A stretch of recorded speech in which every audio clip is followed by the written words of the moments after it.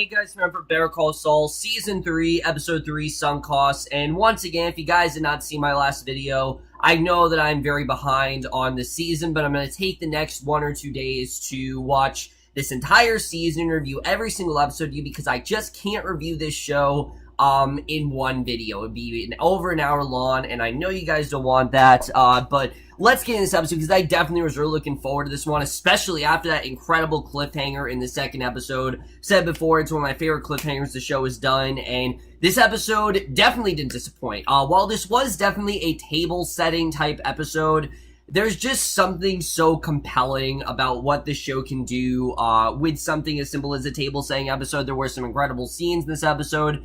I am so excited in seeing where the season is going. It really does seem like we're heading to a war type direction, and I love where we are headed this season. But let's just get right into it. And we start off with what might be the most Breaking Bad opening we've seen of this show.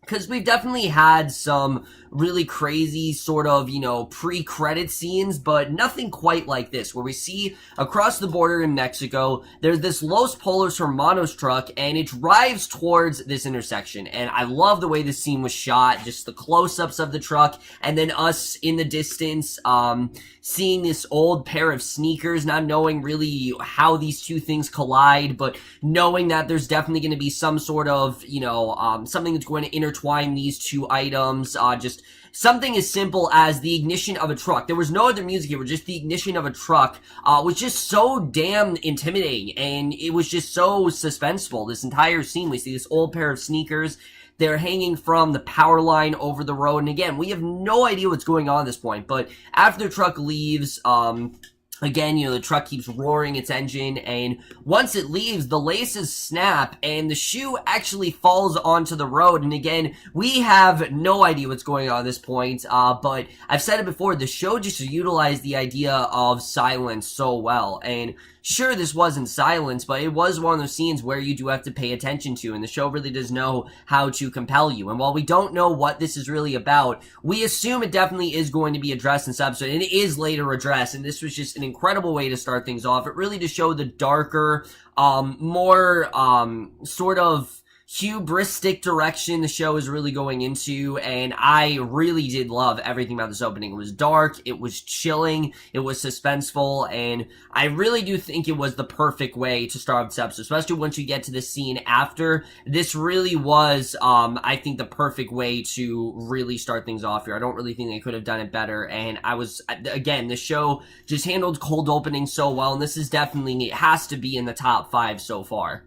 So we then get this incredible scene between Mike and Gus, where back on the desert road, Mike answers a phone call, and to the surprise of no one, it is, in fact, Gus Fring, who makes his official introduction this episode. Yes, we had that scene with him last week, but this is really when he's starting to play a major role, and we find out more of what's going on with him here, which a lot of the stuff, again, we knew from Breaking Bad, which, again, I didn't watch Breaking Bad, but I do know a lot about Gus's history and things like that, so I am aware of that stuff, even though I didn't watch Breaking Bad, I am aware of a lot of that stuff, so basically, he answers the phone, and he tells him to expect 2 cars momentarily, and he sits there for a second, and all of a sudden, a pair of black SUVs approach from opposite directions, and Victor arrives in the Escalade, while Gus and Tyrus Kid arrive in the other car. And finally, we get this confrontation that we have been waiting for, because we find out that Gus is actually the person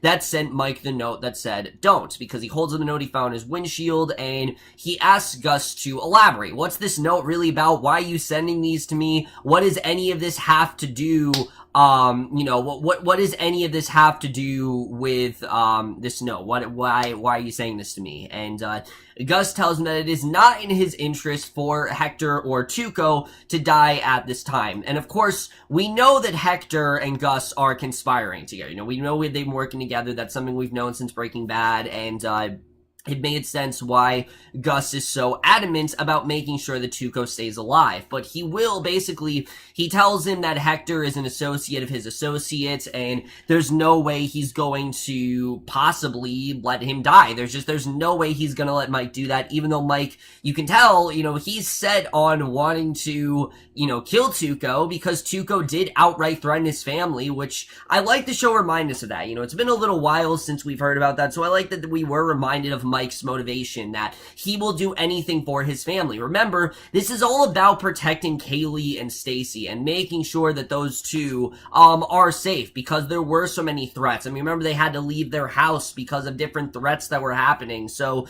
he doesn't really see much of another option here but to kill Tuco. I mean, Tuco, he's going after his family, and you don't do that sort of thing. So I thought that was definitely very interesting. However, Gus does give him a proposition that he will look the other way if Mike actually robs another one of Tuco's trucks. And, Gus talks about before how he would think that he was getting over the matter because, he started to rob one of his trucks, and we know that that was just sort of an elaborate plan to really destroy him. We know that's really what Mike was trying to do, but Gus actually wants him to use it to his advantage. And basically, if he robs another one of his truck, Mike actually realize that Gus is Tuco's competitor, and he wants to undermine his supply line, basically, because they are working against each other, and he wants to take him out, but Mike is not willing to do Gus any favors. He's going to make sure that he does things on his own terms, and that's one of the things I've always liked about Mike Ehrmantraut. He doesn't let people tell him what to do. He does firmly what he wants to do, and he's not a bad guy, but if you mess with him, he will, in fact, come after you. So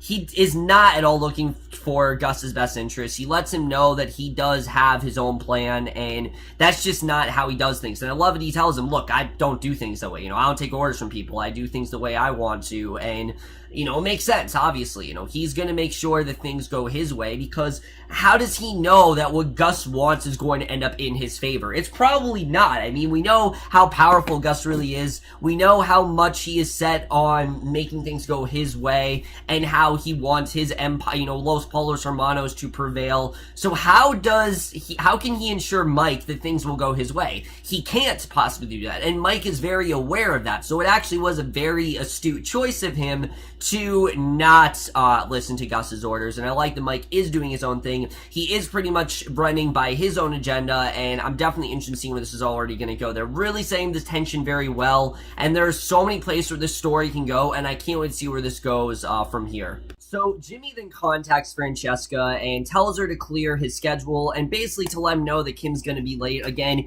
he has to hide the fact that he probably is about to be arrested, and he sits down on the curb outside Chuck's house, waiting to be arrested for his break-in. Hamlin's there, the other guy's there, and Chuck then approaches Jimmy, and again, so much great tension between these two. I love every second of watching these two battle it out, because it's been going on for quite a while, and I love the way they're retaliating against each other. Like, Jimmy, he's not taking any shit from Chuck, and Chuck's not taking any shit from Jimmy. And again, we know Jimmy was, he was ready to let bygones be bygones, but Chuck is just relentless. He won't stop. He just continues to, pursue Jimmy and make sure that things go against him. And obviously, Jimmy's not going to let him do that. So basically, Chuck approaches to tell Jimmy he's pressing charges against him for his own good, and in Chuck's mind that he doesn't want to hear it, but this is for the best. He'll come out the other side a better man, and you can tell that Chuck does think like he's doing the right thing, like, oh, Jimmy has problems, and I'm going to help you out, and you're going to learn from this, and you're never going to do this sort of thing again.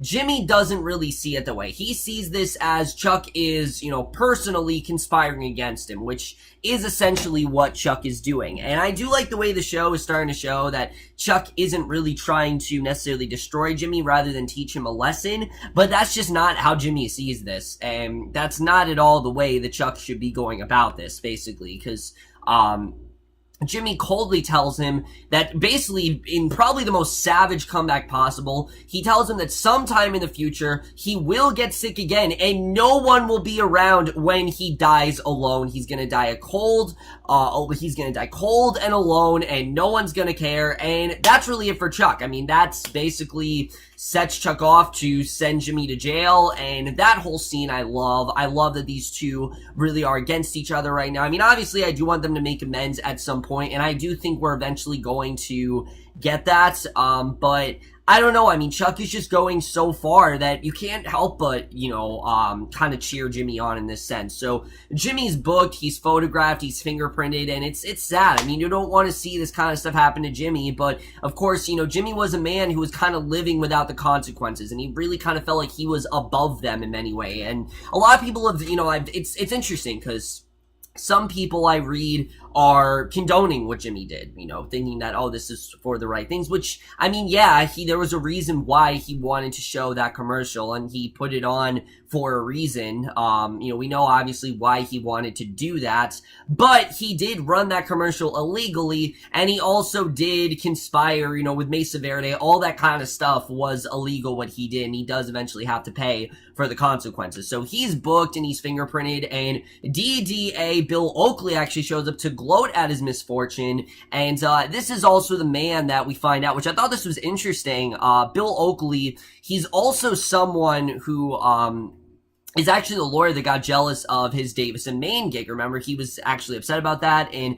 his tone has changed dramatically. He actually asked for his former job while wearing a smirk, thinking that Jimmy's going to be put away. Now I have a chance to get your job. However, he still does his friend a solid by lobbying to have his hearing moved up, which I thought was interesting. And he says, oh, how the mighty have fallen. He never really thought something like this would happen to Jimmy. So you can tell he is still kind of doing things in Jimmy's favor. And I do like, in a sense, that Jimmy is still kind of, he is still kind of winning in this sense. I do like the way this is going, and basically he ends up spending the night in jail, and again, he has to pay for those consequences that he really did think he was kind of above, but as we see in this episode, that definitely is not the case. Jimmy is a very flawed man, and he very quickly is starting to have to pay for some of those consequences that he kind of thought he was above. So the following morning, we see Kim. She wakes up in her office. She goes to the gym across the street to change her clothes and freshen up. Again, she's completely unaware of any of these charges or anything that's happened to Jimmy. Of course, she knew, what he was risking, but she doesn't know the night he's had it all. But that quickly changes when she returns.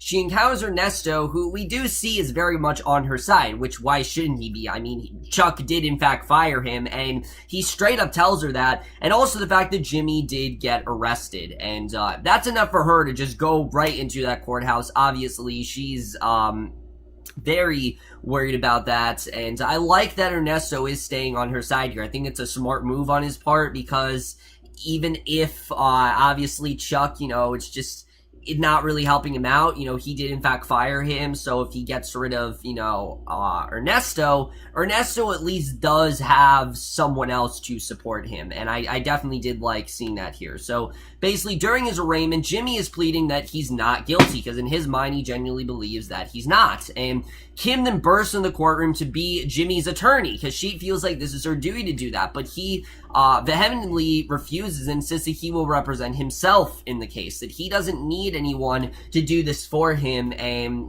there's no reason he needs to do this for himself, and he just doesn't need her to do that. So he actually represents himself, because, he is a lawyer, and when he gets out of court, he explains actually why he turned her away, and I will admit, it actually does make a lot of sense why he wants to do that, because he takes the taxi back to Wexler McGill, and he essentially tells her that he doesn't want Kim, that he wants to deal with the consequence of his actions himself, because she's already going through a lot. I mean, he doesn't want to involve her in her mess when she has Mesa Verde to worry about, and he already knows how stressful things have been for her, and basically, he feels that this was his mistake to fix, and he want to honor their agreement of not interfering in each other's cases. Remember, he's letting her do Mesa Verde on her own. He's not getting involved. We know how complicated things got last season. He tried to get involved with that, but it just didn't work out. They had very different ideas of what they wanted to do, so she has Mesa Verde to herself, and, for the most part, that's worked out for them. So basically,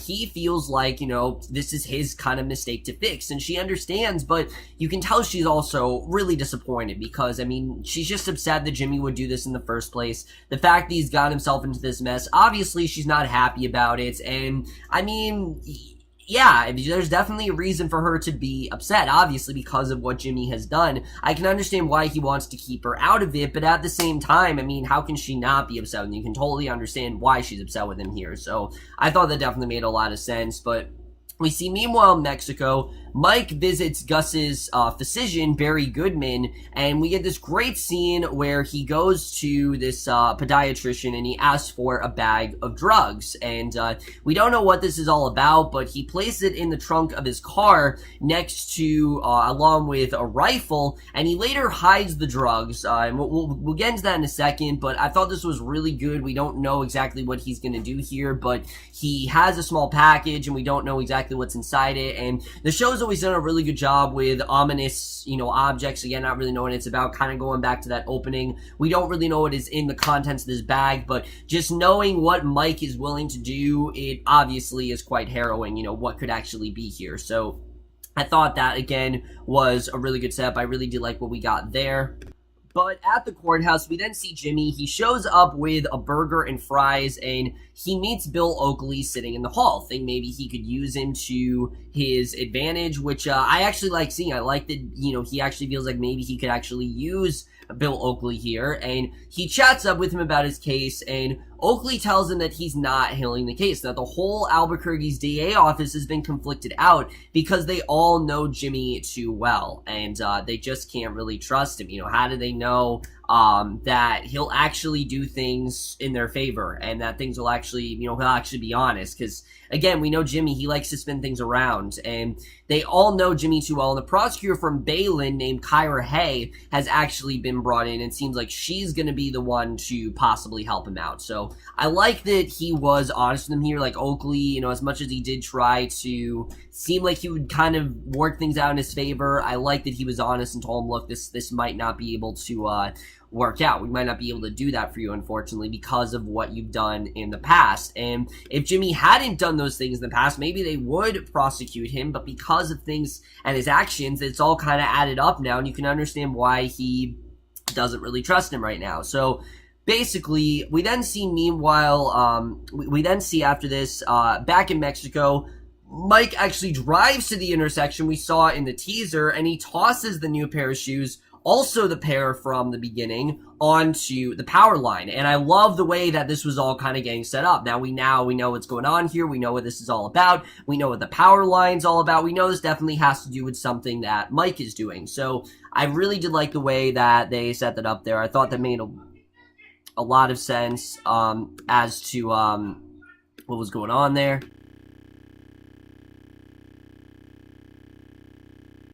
So we see Hay, she actually visits Chuck for a pre-trial interview, and he assures her that he's going to testify in court and everything's going to be fine despite his ailments and everything. And, it seems like Chuck, he hasn't, like I've said, Chuck, he's gone way too far. And surprisingly, and maybe the most surprising on the entire episode, Chuck actually starts to kind of have sympathy for Jimmy, because Hay asserts that, look, if you really are going through with this trial, it's not going to be easy for your brother. We will be cutthroat. We will be rough on him.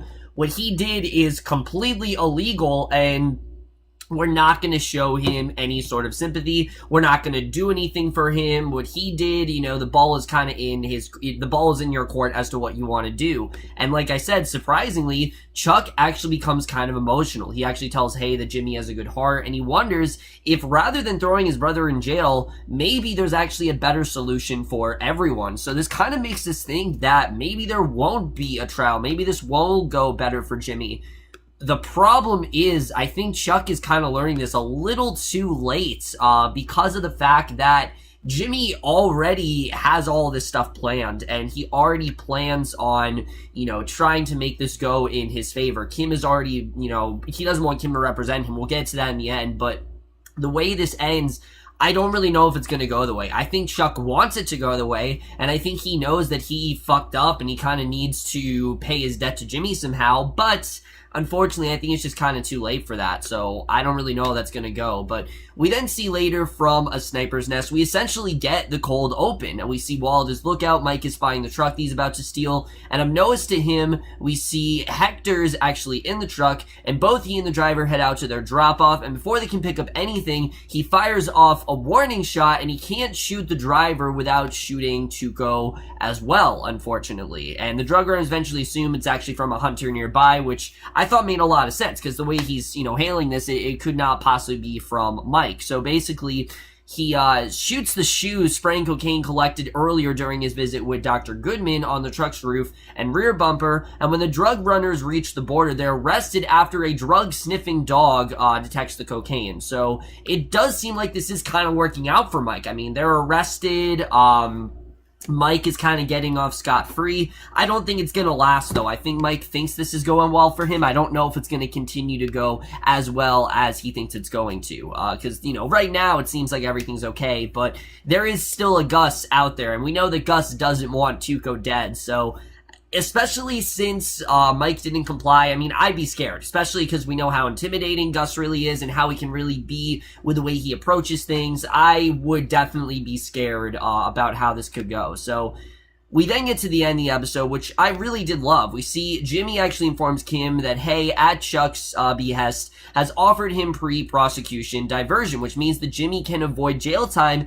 if he joins a rehabilitation program to help remedy the behavior leading to his arrest. Remember what Chuck said, he's doing this as a way to get him to learn. Well, he is, but it doesn't necessarily mean he'll have to go through a trial. So basically, he'll just go to this program, and in exchange, he's expected to confess to the felonies and submit his written confession immediately to the New Mexico Bar Association. I mean, what Jimmy did, yeah, he is considered a felon, and they don't, felons don't get off scot-free. It's a very serious situation, and this will likely result in him getting disbarred, and he laments that Chuck has him boxed in because he'll be disbarred if he does confess. And if he takes it to trial and loses, he'll face the bar anyways, plus jail time most likely. So Kim actually takes Jimmy's hand, and even though he was against it, she does actually convince him to let her stand by him to actually get around Chuck's scheme, which she calls the sunk cost. That is the sunk cost of this episode.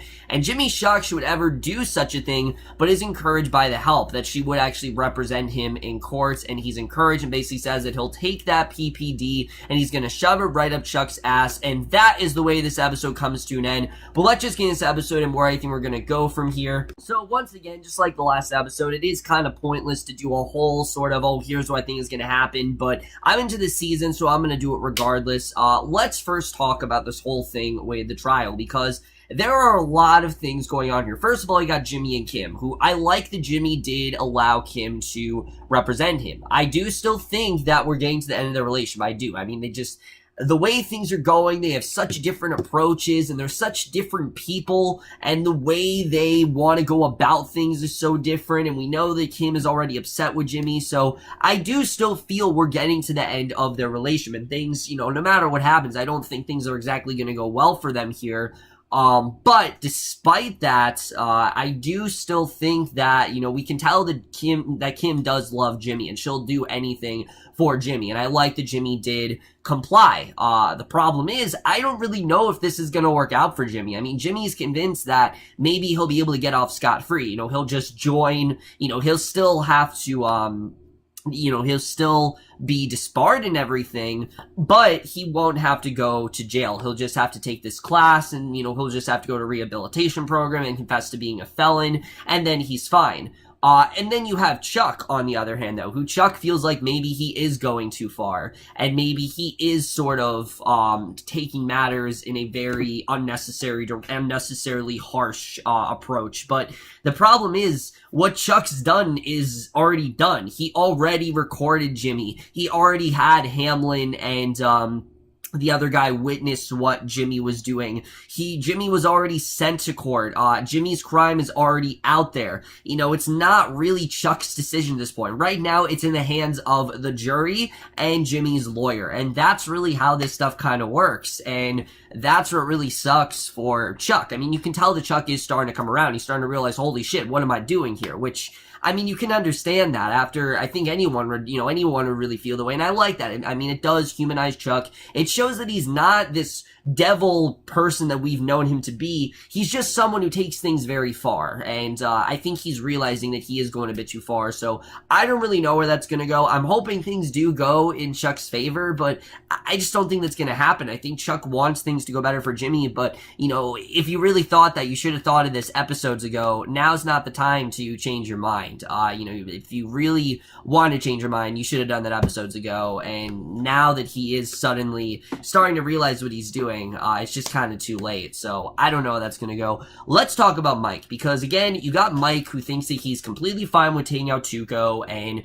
Gus told him not to make sure that Tuco is alive, but he can steal Tuco's truck if he wants to do that. Mike's obviously not listening to Gus because that's not who Mike is. We know that Mike is not someone who just listens to Gus. He will do whatever he feels is the right approach, and it makes sense why he feels that he needs to be the one to go after Gus. He needs to be the he needs to be the one to take out Tuco, and he's not just gonna listen to what Gus says. However, knowing who Gus is and knowing how powerful he is and how many allies he has, this is not going to go perfectly for Mike. I don't think Mike is going to get off completely innocent, and I don't think that this is going to continue where, they're going to be the ones arrested. I think Gus will try to sway things in his way, and he will make sure that things go in his favor, and he will also make sure that Tuco is kept alive, because obviously he does want to use Tuco to his advantage. We know this, but Tuco is also running against him, so he definitely wants to do what he can to make sure that Tuco is in fact alive, but also to make sure that Tuco is in the right position where Mike can in fact rob him. I think Gus will probably make like one last effort, and if he doesn't comply, then I think he's going to take things a lot more deeper, but we'll have to see really how that's going to go. I think that definitely is going to be very interesting to see the way all of that plays out. Overall, guys, I really am loving this season. I'm loving the direction that we're really headed. There's a lot of intense stuff going on here. And like I said, it really does seem like we're getting to that turning point in the show. I don't exactly know when that turning point's going to happen, but it really does seem like we're getting close to that. And it's scary, but I really do feel like we're getting there at some point. Overall, guys, I definitely really did love this episode. I'm definitely going to give Better Call Saul Season 3, Episode 3, Sunk Costs, a 4.5 out of 5 or an A-. So over, guys, maybe this episode of Better Call Saul. Let me know what you guys thought of this episode overall. Left your thoughts in it. Again, I'm sorry that it is taking me so long to review this season. I am definitely going to finish it tomorrow. I promise. I definitely will. I plan on doing that. If not tomorrow, then Thursday. But I really, really want to try to finish it tomorrow. I'm going to try to get 2 more out today. But our next video actually won't be for that. I recently saw Transformers, just randomly Transformers last night. My dad literally told me last night, hey, we have tickets to this, and I'm like, whatever, I guess I'll go. So I did review that, and then I will get back into Better Call Saul reviews, and I will see you guys for that. Okay, bye. You want to tell the world you're in love with a girl named Fran? So you find an overpass and you say it with a spray paint can. Blue lights start a-blinking, those handcuffs click. You know who to call, and you better call quick. Saul, Saul, you better call Saul. He'll fight for your rights when your back's to the wall. Stick it to the man, justice for all.